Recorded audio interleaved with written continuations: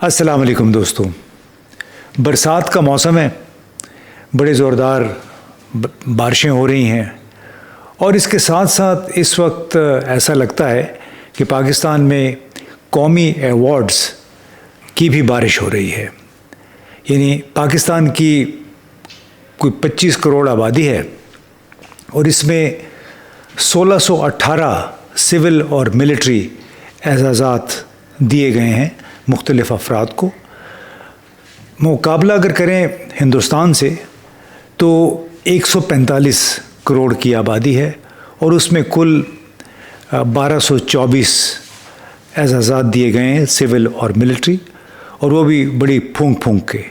یعنی پاکستان ایک بار پھر بازی لے گیا بھارت پہ۔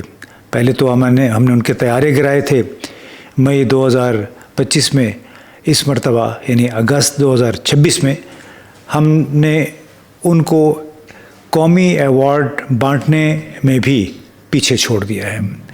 اب ہندوستان میں جو پدما ایوارڈز کے لیے ایک آزاد کمیٹی ہوتی ہے، اس میں کچھ وزیر بھی شامل ہوتے ہیں، بڑی سخت جانچ پڑتال ہوتی ہے اور نامی گرامی بیوروکریٹس کی بجائے غیر معروف عوامی ہیروز کو اس میں ترجیح دی جاتی ہے۔ یعنی بیوروکریٹس کو بنیادی طور پہ کوئی ایوارڈ نہیں دیا جاتا ہے۔ اب پاکستان کے آئین کے آرٹیکل 259(2) کے تحت ریاستی ایوارڈ صرف بہادری، مسلح افواج کی خدمات، علمی ڈسٹنکشن اور غیر معمولی عوامی خدمت تک محدود ہیں، اور معمول کے انتظامی کاموں کے لیے جو ہے تو ڈیکوریشنز ایکٹ 1975 اور اس کے قواعد جو کہ ایوارڈز کو عہدہ، سینیورٹی یا عام سرکاری ملازمت سے جوڑنے سے منع کرتے ہیں، وہ اس عمل کو منمانی سرپرستی اور مفادات کا تصادم بھی قرار دیتی ہیں۔ تو بنیادی طور پہ جو ڈیکوریشنز ایکٹ 1975 ہے اور اسی طرح آئین کا آرٹیکل 259(2) اس کے تحت محض غیر معمولی قومی خدمات انجام دینے والے غیر متنازع افراد کو قومی ایوارڈز دیے جا سکتے ہیں۔ اب عملاً جو منتخب فہرست سامنے آتی ہے اس میں تو بڑا غالب عنصر ہوتا ہے پیٹرنیج، یعنی سرپرستی، جو کہ حقیقی مستحقین کو نظر انداز کر دیتا ہے۔ اب جن اعزازات کا اعلان ہوا، جو اعزازات دیے گئے یہ 14 اگست کو، اس میں ہمارے نائب وزیر اعظم اسحاق ڈار شامل تھے، وزیر داخلہ محسن نقوی اور وزیر خزانہ محمد اورنگزیب صاحب، ان سب کو نشان امتیاز دیا گیا، جس کا یہ مطلب ہے کہ حکومت اپنے آپ ہی خود کو ایوارڈ دے رہی ہے۔ بیوروکریٹس میں دیکھیں تو ایف بی آر کے چیئرمین راشد محمود لنگڑیال سر فہرست، اس کے ساتھ ساتھ وزیر اعظم کے خصوصی معاون احد خان چیمہ، ان کو بھی معمول کی انتظامی خدمات پر ہلال امتیاز اور نشان امتیاز سے نوازا گیا۔ اور راشد محمود لنگڑیال وہ صاحب ہیں کہ جنہوں نے عام لوگوں کے لیے ایک فارمولہ دیا ہے، اور بڑا زبردست فارمولہ ہے، کہ آپ 200 یونٹ تک اگر بجلی استعمال کریں تو آپ پہ بل آئے گا 3500 روپے، لیکن اس سے 1 یونٹ اوپر ہو جائے، 2001 ہو جائے، تو بل آپ کا بجلی کا 13,000 روپے تک پہنچ جائے گا۔ ایک کمال کی کیلکولیشن ہے ان لوگوں کی، اور کتنے سنگ دل ہیں کہ 1 2 3 10 15 بجائے اس کے کہ یہ پروگریسو انداز میں ایک فارمولہ ہو، انہوں نے یکمشت کر دیا کہ جس نے بھی 200 یونٹ سے اوپر بجلی خرچ کی اس کا بل کم از کم 13,000 روپے آئے گا۔ اب اس بندے کو ریکمینڈ کرنے والے، یعنی جنہوں نے تجویز کیا اور پھر جنہوں نے اس پہ دستخط کیے، اندازہ لگائیے ان کی انٹیگریٹی کا، اخلاقی انٹیگریٹی کا، کہ کیوں اس انداز میں ایسے لوگوں کو یہ ریکمینڈ کرتے ہیں۔ اب اسی لیے کچھ لوگوں نے طنزاً یہ کہا کہ ایوان صدر نہیں رہا، بلکہ وہ تمغوں کا امتیاز سٹور بن گیا ہے۔ میرا نام اس میں بار بار آتا ہے کیونکہ نشان امتیاز، ہلال امتیاز اور امتیاز سٹور یعنی کہ سیاسی وفاداری اور اتحادیوں کو خوش کرنے کے لیے اعزازات بانٹے جا رہے ہیں. اب جو صحافت کے ایوارڈز تھے اس میں وہ فہرست شروع ہوتی ہے محمد صالح ظافر سے اور وہ ختم ہوتی ہے تصور عرفات پر. تصور عرفات کون ہے جناب؟ یہ وزیر اطلاعات عطا تارڑ کے قریبی اسٹاف افسر بتائے جاتے ہیں اور معلوم نہیں یہ صحافی کیسے بن گئے، صحافیوں کی لسٹ میں ان کو کیسے شامل کیا گیا. اور چونکہ احسن اقبال ایوارڈ دینے والی کمیٹی کے سربراہ تھے تو ان سے کئی لوگوں نے یہ سوال پوچھا کہ یہ تو پرنسپل اسٹاف افسر ہے تصور عرفات عطا تارڑ کا، تو یہ سرکاری ملازم سے صحافی کیسے بن گیا؟ قمر زمان قاہرہ نے جب وہ وزیر اطلاعات تھے اس کو بھرتی کیا تھا، پی ٹی وی میں گریڈ 5 کا ملازم تھا اور پھر اس ترقی کرتے کرتے آج وہ اس حالت پہ پہنچا کہ اس کو بھی نشان امتیاز مل گیا. اسی حوالے سے ایک اور جو لسٹ تھی وہ تھی جس میں پولیس آفیسرز، پنجاب کے پولیس 2-3 افسروں کو جس میں آئی جی بھی شامل ہیں اعزازات دیے گئے. تو جرنلسٹ رؤف کلاسرا نے 1-2 ٹویٹس کیے اس حوالے سے. ایک ٹویٹ میں انہوں نے کہا کہ یہ قومی شرم کا مقام ہے کہ یوم آزادی پر اعلان کردہ ایوارڈز میں ان دونوں صوبوں کے یعنی خیبر پختونخوا اور بلوچستان کے پولیس افسروں اہلکاروں کا کوئی نام نہیں ہے، جبکہ تمام بہادری کے ایوارڈز پنجاب پولیس یعنی آئی جی پنجاب عبد الکریم اور مزید 2 افراد کو ملے.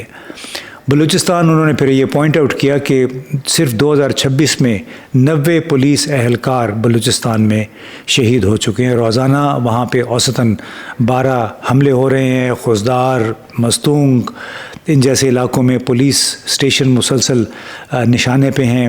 خیبر پختونخوا میں 2026 کے دوران اب تک 116 پولیس اہلکار مختلف علاقوں میں مختلف حملوں میں شہید ہو چکے ہیں. اور جناب ایوارڈز کس کو ملے؟ پنجاب کے پولیس افسران کو. بعد میں میں نے خود بھی احسن اقبال صاحب سے پوچھا ایکس کے ذریعے، ٹویٹر کے ذریعے، کہ آپ لوگوں کو نیند کیسے آ جاتی ہے اس قسم کے فیصلے کرنے میں؟ آپ کو دہشت گردی کے بدترین دہشت گردی کے شکار 2 صوبوں میں جو برسر پیکار ہیں پولیس والے، ان کی جانیں بھی جا رہی ہیں، جان و مال کو خطرہ بھی ہے، ان میں سے ایک بھی آپ کو ایسا اس قابل نظر نہیں آیا کہ اس کو آپ ایک ایوارڈ دے سکتے؟ تو اس میں بڑی افسوسناک ایک صورت حال ابھر کے سامنے آئی ہے. جتنے بھی ایوارڈز، یہ 355 کے قریب ایوارڈز دیے گئے اس دفعہ جو سول ایوارڈز ہیں. اب اس میں دیکھیے ماضی میں اگر ذرا سا جھانکیں تو ایسی مثالیں ملتی ہیں کہ لوگوں کو ایوارڈز ملے اور انہوں نے واپس کر دیے. اجمل خٹک صاحب تھے عوامی نیشنل پارٹی کے، 2006 میں ان کو ستارہ امتیاز دیا گیا، مگر انہوں نے ایک مختصر نوٹ کے ذریعے اپنے یہ اعزاز لینے سے انکار کر دی. اس طرح فہمیدہ ریاض صاحبہ ایک شاعرہ تھیں، انہیں 2020 میں تمغہ امتیاز دیا گیا پوسٹھیومس یعنی ان کے انتقال کے بعد، لیکن ان کی بیٹی نے یہ اعزاز وصول کرنے سے انکار کر دیا. اس طرح احمد فراز صاحب مشہور شاعر، انہیں بھی ہلال امتیاز سے ایک دفعہ نوازا گیا. انہیں 2004 میں جنرل پرویز مشرف کے زمانے میں ہلال امتیاز دینے کا اعلان کیا گیا، لیکن انہوں نے مشرف حکومت کی پالیسیوں خصوصاً بلوچستان اور وزیرستان کے حالات اور شہری آزادیوں کی مبینہ پامالی پر احتجاج کرتے ہوئے یہ ایوارڈ لینے سے انکار کر دیا اور کہا کہ ایسے حالات میں یہ اعزاز کی بجائے داغ بن سکتا ہے، ان کے لیے ایک سٹگما بن سکتا ہے. اس طرح پروفیسر ڈاکٹر پرویز ہودبائی، انہیں بھی 2001 میں ستارہ امتیاز دینے کا اعلان کیا گیا، لیکن انہوں نے بھی یہ اعزاز قبول کرنے سے انکار کر دیا، کیونکہ ان کا یہ کہنا تھا کہ یہ اعزاز پیشہ ورانہ اور علمی حلقوں میں وہ وقار اور ساکھ نہیں رکھتا جس کی وہ توقع کرتے ہیں. اس طرح ڈاکٹر اشو لال کمال فن ایوارڈ 2022 میں انہیں دیا گیا اور وہ مستنصر حسین تارڑ کے ساتھ ایک مشترکہ ایوارڈ تھا، لیکن ڈاکٹر اشو لال نے یہ کہا کہ 2022 کی بات ہے کہ وہ ایک ایسی ریاست سے ایوارڈ قبول نہیں کر سکتے جسے وہ خود فاشسٹ، عوام دشمن اور فن مخالف سمجھتے ہیں.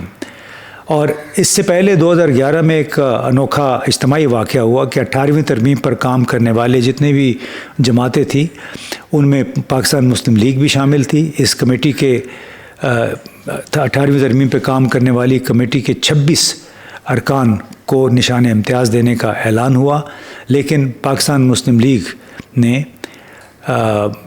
اس کے ارکان نے یہ اعزاز قبول کرنے سے انکار کیا. احسن اقبال, اس کی میں وجہ بتاتا ہوں. احسن اقبال, اسحاق ڈار, چودھری نثار علی خان, انہوں نے براہ راست صدر آصف علی زرداری سے ایوارڈ لینے سے گریز کیا. بلوچستان سے لشکری رئیسانی ڈاکٹر عبد المالک بلوچ, شاہد حسن بگٹی, جبکہ مولانا فضل الرحمان نے امریکی ڈرون حملوں کے خلاف احتجاجاً ایوان صدر میں ہونے والی تقریب کا بائیکاٹ کیا.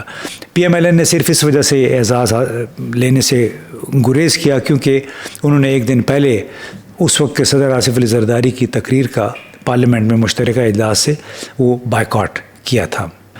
تو جناب یہ ایک مختصر سا میں نے کہا آپ کے ساتھ شیئر کروں کہ کس طرح قومی اعزازات جن کا بڑا ایک تقدس ہوتا تھا, بڑی تکریم ہوتی تھی, وہ اب ریوڑیوں کی طرح بانٹے جا رہے ہیں. جس طرح برسات کی زوردار بارش ہوتی ہے اسی زوردار انداز میں یہ اعزازات بھی برس رہے ہیں. ایسے صحافیوں کو بھی اس میں اعزازات ملے ہیں, ایوارڈ دیے گئے ہیں جنہوں نے آج تک حکمرانوں کی کاسلیسی کے سوا کچھ نہ کیا ہے. ایسے صحافی ہیں جنہوں نے ہی سیڈ اور شی سیڈ, یعنی انہوں نے کہا ان کے مطابق, اس سے زیادہ کی صحافت انہوں نے نہیں کی, یا پھر کسی ایک پارٹی کی خوشامد میں, کسی ایک پارٹی کے حق میں وہ اپنا بیانیہ بناتے رہے ہیں, لکھتے رہے ہیں, اس کے حق میں کام کرتے رہے ہیں.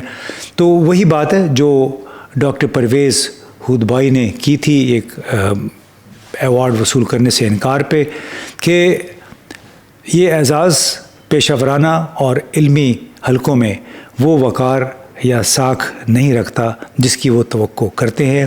یہ بات انہوں نے 2001 میں کہی تھی. آج 25 سال گزرنے کے بعد 2026 میں یہ بات مزید شد و مت کے ساتھ سامنے آئی ہے. بہت بہت شکریہ.